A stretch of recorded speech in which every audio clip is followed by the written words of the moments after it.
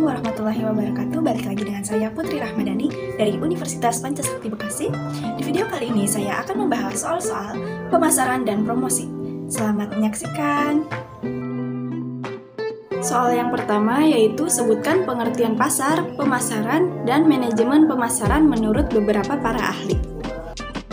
Baik, yang pertama yaitu pengertian pasar. Menurut Klotter 2002, pasar merupakan suatu tempat fisik di mana pembeli dan penjual berkumpul untuk bertukaran barang dan jasa. Sedangkan menurut W.Y. Santon, pasar yaitu tempat yang bertujuan untuk merencanakan, menentukan, mempromosikan, serta mendistribusikan barang dan jasa. Dalam hal ini, beliau mendepankan kepuasan pembeli.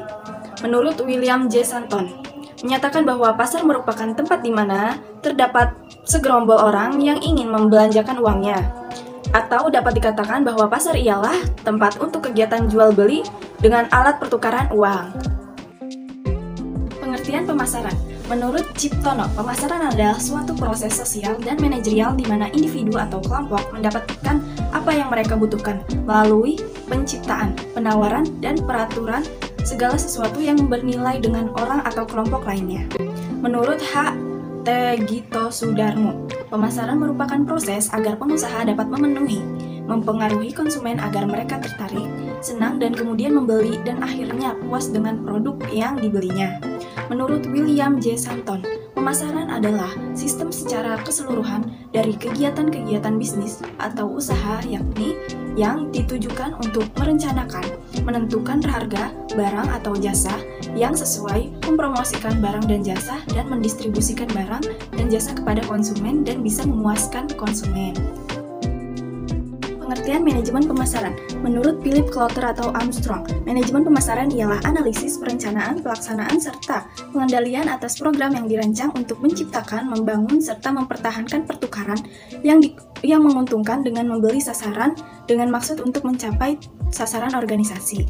Sedangkan menurut John W. Mullins, manajemen pemasaran adalah program penganalisis, menerapkan, mengkoordinasi, dan mengendalikan program yang melibatkan konsepsi, penetapan, harga, promosi, dan distribusi produk, jasa, dan ide-ide yang dirancang untuk menciptakan dan memelihara pertukaran yang menguntungkan dengan target pasar untuk mencapai tujuan organisasinya. Nomor 2, jelaskan secara lengkap lingkungan pemasaran.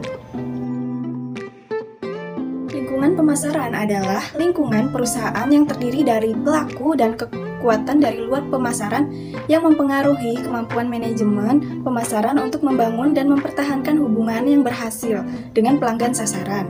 Perusahaan harus terus melakukan pengamatan secara terus-menerus dan beradaptasi dengan lingkungan yang bersifat kompleks dan terus berubah-ubah. Dengan mempelajari lingkungan, perusahaan dapat menyesuaikan strategi perusahaan untuk memenuhi tantangan dan peluang besar yang baru.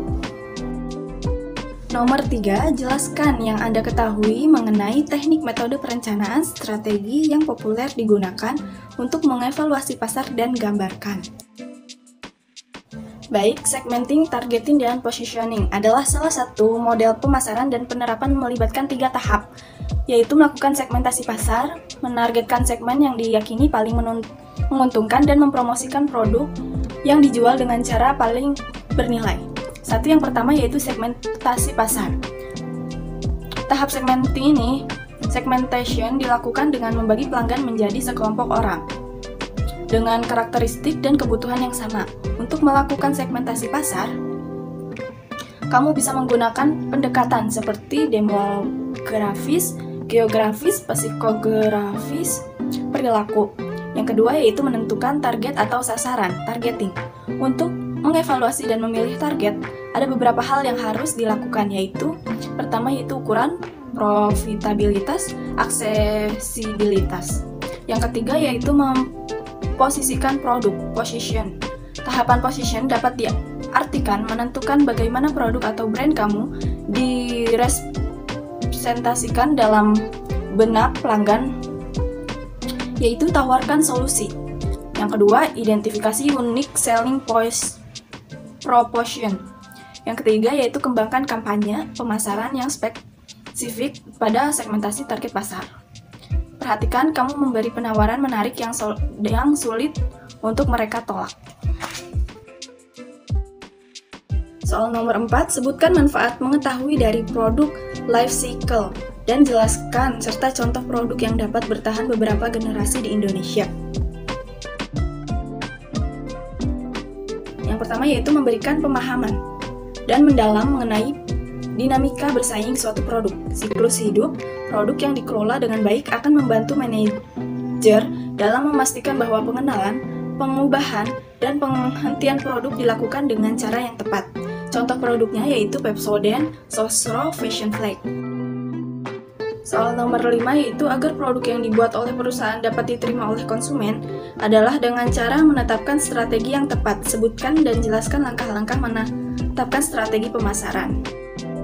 Baik, yang pertama yaitu segmentasi pasar, yang kedua positioning market, yang ketiga market entry strategi, yang keempat marketing mix strategi, dan yang keenam teaming strategi. Mungkin cukup sekian penjelasan dari saya, kurang lebihnya mohon maaf. Thanks for watching.